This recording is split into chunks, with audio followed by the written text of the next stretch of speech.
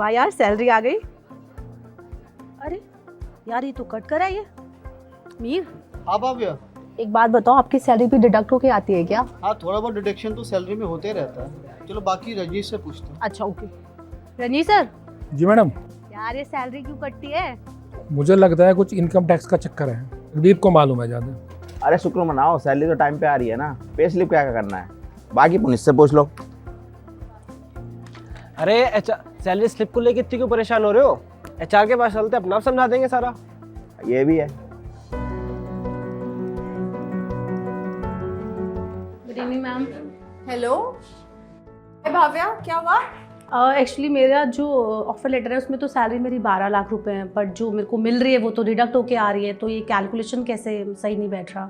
भव्या, आप जो मुझे बता रही है ना, ये आपकी CTC है, यानी cost to company. Cost to company, जो कंपनी आपको हायर करती है उसकी जो पूरी कॉस्ट है ना, वो बताता है CTC।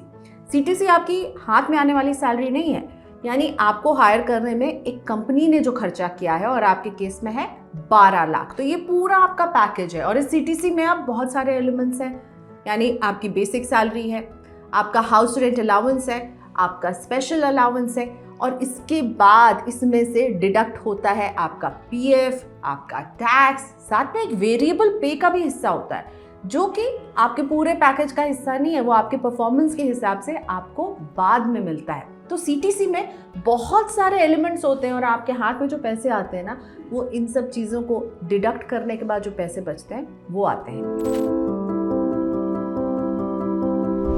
सैलरी स्लिप में सबसे पहला और जरूरी कॉलम होता है बेसिक सैलरी का। ये आपकी सैलरी का आधार है। बेसिक सैलरी के ही आधार पर HRA, PF, DA, bonus, gratuity आदि की गणना होती है। मौजूदा प्रावधान में बेसिक सैलरी CTC का 50% है। वेरिएबल पे को घटाकर भव्या का CTC बन रहा है 11 लाख रुपए, इसलिए इनकी सालाना बेसिक सैलरी हो जाएगी 5.5 लाख रुपए और मासिक 45,834 रुपए का बेसिक भव्या को मिल रहा है। HRA का मतलब है हाउस रेंट अलाउंस। माना जाता है कि कर्मचारी किराए के मकान में रहता है, इसलिए ये भत्ता उन्हें मिलता है। छोटे शहरों में मकान का किराया कम और महानगरों में ज्यादा है। इसी आधार पर HRA की राशि भी तय होती है। ये रकम बेसिक सैलरी का 30 से 60% तक हो सकती है।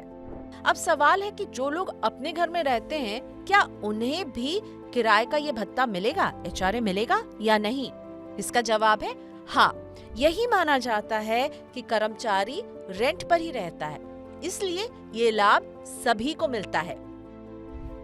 भव्या का HRA होगा 40%, यानी उनकी सैलरी का 40%, तो 45,834 रुपए का 40% बनता है 18,334 रुपए पर मंथ। यही है भव्या का HRA। CTC में बेसिक और HRA के हिसाब किताब के बाद जो रकम बचती है उसे स्पेशल अलाउंस में डाल दिया जाता है। ये हिस्सा सिर्फ सैलरी को एडजस्ट करने के लिए होता है। इन सब को जोड़ने के बाद तैयार होती है ग्रॉस सैलरी, यानी बेसिक सैलरी प्लस तमाम तरह के अलाउंस, जैसे कि HRA और स्पेशल अलाउंस। इस हिसाब से भव्या की ग्रॉस सैलरी की रकम बनती है 91,667 रुपए। लेकिन भव्या को ये रकम नहीं मिलेगी, क्योंकि इसमें होगी कुछ कटौती। तो किस तरह की कटौती समझते हैं। नियमों के तहत 15,000 रुपए की बेसिक सैलरी पर 12% की दर से प्रोविडेंट फंड यानी PF काटा जाता है, लेकिन कुछ कंपनियां पूरी बेसिक सैलरी पर PF काटती हैं। भव्या की बेसिक सैलरी है 45,834 रुपए हर महीने की, और इस पर 12% के हिसाब से हर महीने 5,500 रुपए का PF बनता है। कंपनी की सैलरी के हिसाब से किस कर्मचारी पर कितना टैक्स बनता है, HR भाग इसका लेखा जोखा भी बनाता है। कंपनी की ओर से ये टैक्स काटकर इनकम टैक्स विभाग में जमा कराया जाता है। कर्मचारी पर टैक्स का एक साथ बोझ ना पड़े, इसलिए इसे किस्तों में काटा जाता है। भव्या की सैलरी में 5,660 रुपए का टैक्स कट रहा है। इस तरह भव्या को मासिक ग्रॉस सैलरी 91,667 रुपए की मिल रही है, जिसमें से 5,500 रुपए का पीएफ और 5,660 रुपए का टैक्स, यानी 11,160 रुपए की कटौती हो रही है, जिसके बाद 80,507 रुपए हर महीने मिलेंगे। यही है भव्या की नेट सैलरी। इस तरह टैक्स और पीएफ घटने के बाद जो रकम बनती है वो है नेट सैलरी।